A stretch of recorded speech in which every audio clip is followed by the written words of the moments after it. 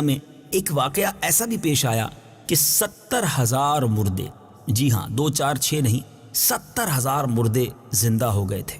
یہ واقعہ، یہ ماجرا قرآن پاک میں ہی موجود ہے۔ کہاں موجود ہے، کیسے موجود ہے، آئیے سنتے ہیں۔ یہ حضرت حزقیل علیہ السلام کی قوم کا ایک بہت ہی عبرت انگیز اور انتہائی نصیحت آموز واقعہ ہے، جس کو خداوند قدوس نے قرآن مجید کی سورہ بقرہ میں بیان فرمایا۔ سب سے پہلے یہ جانتے ہیں کہ حضرت حزقیل علیہ السلام کون تھے۔ یہ حضرت موسیٰ علیہ السلام کے تیسرے خلیفہ ہیں جو منصب نبوت پر سرفراز کیے گئے۔ حضرت موسیٰ علیہ السلام کی وفات اقدس کے بعد آپ کے خلیفہ اول حضرت یوشع بن نون علیہ السلام ہوئے، جن کو اللہ تعالیٰ نے نبوت عطا فرمائی۔ ان کے بعد حضرت کالب بن یوحنا علیہ السلام حضرت موسیٰ علیہ السلام کی خلافت سے سرفراز ہو کر مرتبہ نبوت پر فائز ہوئے۔ پھر ان کے بعد حضرت حزقیل علیہ السلام حضرت موسیٰ علیہ السلام کے جانشین اور نبی ہوئے۔ حضرت حزقیل علیہ السلام کا لقب ابن العجوز یعنی بڑھیا کے بیٹے ہے، اور آپ ذو الکفل بھی کہلاتے ہیں۔ ابن العجوز کہلانے کی وجہ کیا ہے، یعنی بڑھیا کا بیٹا آپ کو کیوں کہا جاتا تھا؟ کہ آپ اس وقت پیدا ہوئے جب آپ کی والدہ ماجدہ بہت بوڑھی ہو چکی تھی، اور آپ کا لقب ذو الکفل اس لیے ہوا کہ آپ نے اپنی کفالت میں لے کر 70 انبیاء کرام علیہ السلام کو قتل سے بچا لیا تھا، جن کے قتل پر یہودی قوم آمادہ ہو گئی تھی۔ پھر یہ خود بھی اللہ کے فضل و کرم سے یہودیوں کی تلوار سے بچ گئے اور برسوں زندہ رہ کر اپنی قوم کو ہدایت فرماتے رہے۔ مردوں کے زندہ ہونے کا واقعہ یہ کیا تھا؟ اس کا واقعہ یہ ہے کہ بنی اسرائیل کی ایک جماعت جو حضرت حزقیل علیہ السلام کے شہر میں رہتی تھی، ان کے شہر میں طاعون کی وبا پھیل جانے کی وجہ سے ان لوگوں پر موت کا خوف سوار ہو گیا۔ یہ لوگ موت کے ڈر سے سب کے سب شہر چھوڑ کر ایک جنگل میں بھاگ گئے اور وہیں رہنے لگے۔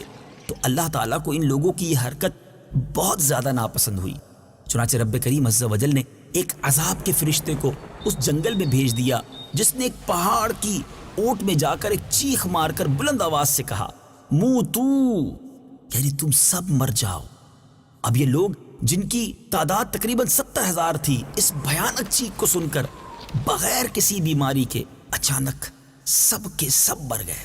اب ان مردوں کی تعداد اس قدر زیادہ تھی کہ لوگ ان کے کفن دفن کا کوئی انتظام نہ کر سکے، اور ان مردوں کی لاشیں کھلے میدان میں بے گور و کفن 8 دن تک پڑی رہیں، سڑنے لگی، تعفن پیدا ہونے لگا۔ پورے جنگل بلکہ اس کے اطراف میں بدبو پھیل گئی۔ غور کیجئے نا، 70,000 لاشیں ہوں، بغیر کفن کے 8 دن تک پڑی رہیں تو کیا حال ہوا ہوگا۔ اب کچھ لوگوں نے ان لاشوں پر رحم کھا کر چاروں طرف سے دیواریں اٹھا دی تاکہ یہ لاشیں درندوں سے محفوظ رہیں۔ کچھ دنوں کے بعد حضرت حزقیل علیہ السلام کا اس جنگل میں ان لاشوں کے پاس سے گزر ہوا اپنی قوم کے 70,000 انسانوں کی ناگہاں بے گور و کفن لاشوں کو جب انہوں نے دیکھا تو آپ کا دل رنج و غم سے بھر گیا۔ آپ دیدہ ہو گئے اور باری تعالیٰ کے دربار میں دکھ بھرے دل کے ساتھ گر گڑا کر دعائیں مانگنے لگے، اور کچھ اس طرح دعا مانگی کہ یا اللہ، یہ میری قوم کے افراد تھے جو اپنی نادانی سے یہ غلطی کر بیٹھے ہیں کہ موت کے ڈر سے شہر چھوڑ کر جنگل میں آ گئے۔ یہ سب میرے شہر کے باشندے ہیں، ان لوگوں سے مجھے انس تھا اور یہ لوگ میرے دکھ سکھ کے شریک تھے۔ افسوس کہ میری قوم ہلاک ہو گئی اور میں بالکل اکیلا رہ گیا۔ اے میرے رب، یہ وہ قوم تھی جو تیری حمد کرتی تھی اور تیری توحید کا اعلان کرتی تھی اور تیری کبریائی کا خطبہ پڑھتی تھی۔ آپ بڑے سوز دل کے ساتھ دعا میں مشغول تھے کہ اچانک آپ پر یہ وحی نازل ہوئی کہ اے حزقیل علیہ السلام، آپ ان بکھری ہوئی ہڈیوں سے فرما دیجئے کہ اے ہڈیوں، بے شک اللہ تبارک و تعالیٰ تمہیں حکم دیتا ہے کہ جمع ہو جاؤ، تم اکٹھا ہو جاؤ۔ یہ سن کر یہ بکھری ہوئی ہڈیوں میں حرکت پیدا ہوئی اور ہر آدمی کی ہڈیاں جمع ہو کر ہڈیوں کے ڈھانچے بن گئے، اسکیلیٹن بن گئے۔ اب پھر یہ وحی آئی کہ اے حزقیل علیہ السلام، آپ فرما دیجئے کہ اے ہڈیوں، تم کو اللہ کا یہ حکم ہے کہ تم گوشت پہن لو۔ یہ کلام سنتے ہی فوراً ہڈیوں کے ڈھانچوں پر گوشت پوست چڑھ گئے۔ پھر تیسری بار یہ وحی نازل ہوئی کہ اے حزقیل، اب یہ کہہ دو کہ اے مردوں، خدا کے حکم سے تم سب اٹھ کھڑے ہو جاؤ۔ چنانچہ آپ نے یہ فرما دیا تو آپ کی زبان سے یہ جملہ نکلتے ہی 70,000 لاشیں، جی ہاں وہ لوگ جو دنیا سے چلے گئے تھے، مگر اللہ کے نبی کی زبان سے جب یہ مبارک الفاظ نکلے اور رب کا حکم شامل تھا، اب وہ تمام 70,000 لاشیں دم زدن میں یہ پڑھتے ہوئے کھڑی ہو گئی۔ ان کی زبان پر کیا تھا، سبحان اللہ، سبحانک اللہم وبحمدک لا الہ الا انت۔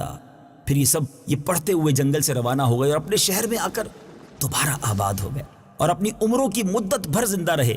لیکن ایک عجیب بات اور بتانی ہے کہ ان لوگوں پر اس موت کا یہ نشان باقی رہ گیا کہ ان کی اولاد کے جسموں سے سڑی ہوئی لاشوں کی بو آتی تھی، اور یہ کوئی بھی کپڑا پہنتے تھے بعد میں بھی ان کی نسلوں میں وہ کفن کی طرح میلا ہو جاتا۔ اب ایک اور عجیب بات سنیے، آج بھی ان لوگوں کی نسل میں یہ نشان موجود ہے، یعنی آج بھی ان کی نسل میں سے جو لوگ دنیا میں ہیں ان کے ساتھ ایسا ہی ہوتا ہے کہ ان کے جسموں سے سڑی ہوئی لاش کی بو آتی ہے، اور وہ جو بھی لباس پہن لے وہ کفن کی طرح میلا ہو جاتا ہے۔ میٹھے میٹھے اسلامی بھائیوں، یہ قرآن پاک میں واقعہ کہاں موجود ہے؟ یہ پارہ 2 ہے، سورہ بقرہ ہے، آیت نمبر 243۔ آئیے اس آیت کی تلاوت بھی سنتے ہیں، ترجمہ بھی سنتے ہیں۔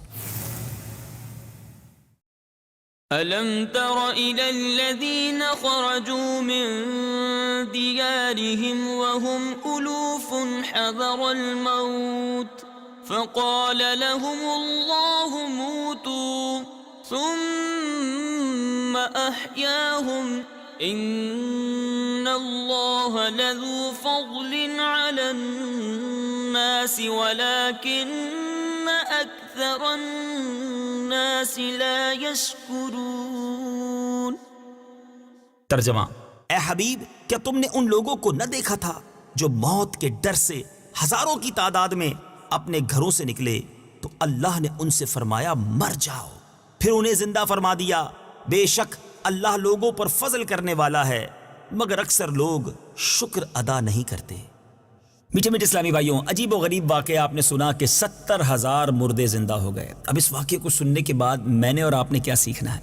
سیکھنا یہ ہے کہ دنیا میں ہم کہیں بھی چھپ جائیں، کہیں بھی سیکیور مقام تلاش کر لیں جو ہمارے نزدیک محفوظ ہو، مگر موت آ کر رہے۔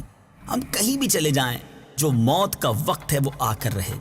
موت کے خوف سے شہر چھوڑنا، موت کے خوف سے ملک چھوڑ دینا، موت کے بارے میں یہ سوچنا کہ میں کہیں محفوظ ہو جاؤں گا تو موت نہیں آئے گی، نہیں، کر لے جو کرنا ہے، آخر موت ہے، ایک دن مرنا ہے، آخر موت ہے۔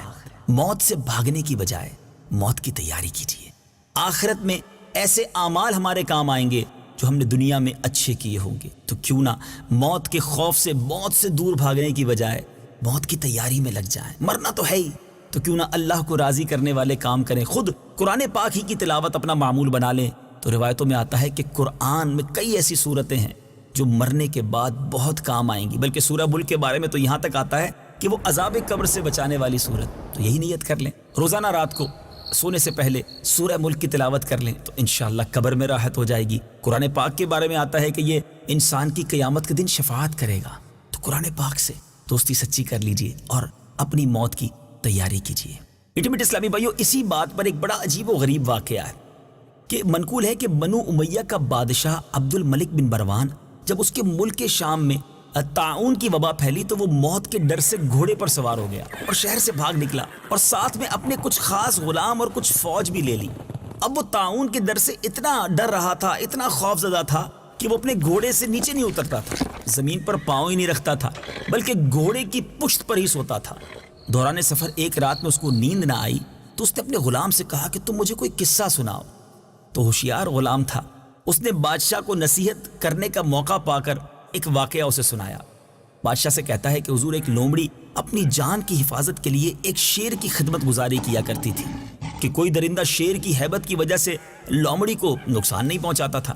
اب جو لومڑی تھی نہایت بے خوفی کے ساتھ، اطمینان سے شیر کے ساتھ زندگی بسر کرتی تھی۔ اچانک ایک دن ایک عقاب لومڑی پر جھپٹا تو لومڑی بھاگ کر شیر کے پاس چلی گئی اور شیر نے اس کو اپنی پیٹھ پر بٹھا لیا۔ تو عقاب نے دوبارہ جھپٹا اور لومڑی کو شیر کی پیٹھ سے اچک کر وہ ہوا میں لے کر چلا گیا۔ اب لومڑی چیختی رہ گئی، چلا چلا کر شیر سے فریاد کرنے لگی۔ تو شیر نے کہا کہ اے لومڑی، میں زمین پر تو تمہاری حفاظت کر سکتا تھا، لیکن اگر آسمان سے کوئی تم پر حملہ کر دے تو میں اسے کیسے بچا سکتا ہوں؟ وہاں میری بادشاہی تمہیں نہیں بچا سکتی۔ اب میرے میٹھے اسلامی بھائیوں، جب یہ بات بادشاہ نے سنی، عبد الملک بن مروان نے سنی، تو اسے عبرت حاصل ہوئی۔ اس کی سمجھ میں آ گیا کہ میری فوج ان دشمنوں سے تو مجھے بچا سکتی ہے جو زمین سے مجھ پر حملہ آور ہوں، لیکن اگر کوئی آسمانی بلا نازل ہونا چاہتی ہے اور بلکہ موت مجھ پر حملہ آور ہونا چاہتی ہے تو پھر دنیا کی کوئی طاقت میری حفاظت نہیں کر سکتی۔ ہاں، حفاظت کرنے والا ہے رب عز و جل، تو کیوں نہ اس کی طرف لو لگائی جائے، اس کے ساتھ ایسا تعلق کر لیا جائے جو دنیا میں بھی خیر ہو جائے اور آخرت میں بھی خیر ہو جائے۔ بادشاہ اطمینان کے ساتھ اپنے گھر واپس چلا گیا اور اپنے شاہی محل میں سکون کی زندگی گزارنے لگا۔ ہم سب کے لیے اس میں درس ہے۔ ہم بعض اوقات کچھ پیسے کما کر، کچھ تعلقات بنا کر، کچھ سورسز لگا کر سمجھتے ہیں کہ اب میرا کوئی نہیں بگاڑ سکتا۔ نہیں میرے میٹھے اسلامی بھائیوں، پہلوانوں کو پچھاڑا موت نے، کھیل کتنوں کا بگاڑا موت نے، ہاتھی جیسے بھی پچھاڑے موت نے، کیسے کیسے گھر اجاڑے موت نے۔ ایک دن مرنا ہے، آخر موت ہے، کر لے جو کرنا ہے، آخر موت ہے۔ اللہ کریم مجھے بھی، آپ کو بھی اپنے رب کو راضی کرنے کی فکر عطا فرمائے۔ ہم بعض اوقات دنیا والوں کو راضی کرنے کے بارے میں بہت سوچتے ہیں، ہمیں اپنے رب کو راضی کرنے کی فکر کرنی چاہیے۔ ایسے اعمال کیجئے جس سے اللہ راضی ہو جائے، موت بھی ایمان والی آئے، اور مرنے کے بعد جب اللہ کی بارگاہ میں قیامت کے دن ہم پیش ہوں، اللہ ہم سے راضی ہو، رب کا دیدار کریں تو رب کی رضا کے ساتھ اللہ ہم سے اتنا راضی ہو کہ اپنے خزانوں سے ہمیں اپنی رضا کی خیرات عطا فرمائے۔ مدنی چینل دیکھتے رہیے، اگلے سلسلے میں ایک اور قصہ قرآن کا لے کر حاضر ہوں گے۔ اس میں ایک اور درس ہوگا، قرآن پاک کی بات ہی نرالی ہے، پڑھتے جائیں، سمجھتے جائیں تو بہت کچھ سیکھنے کو ملتا ہے۔ صلو علی الحبیب صلی اللہ تعالی علی محمد صلی اللہ علیہ وسلم۔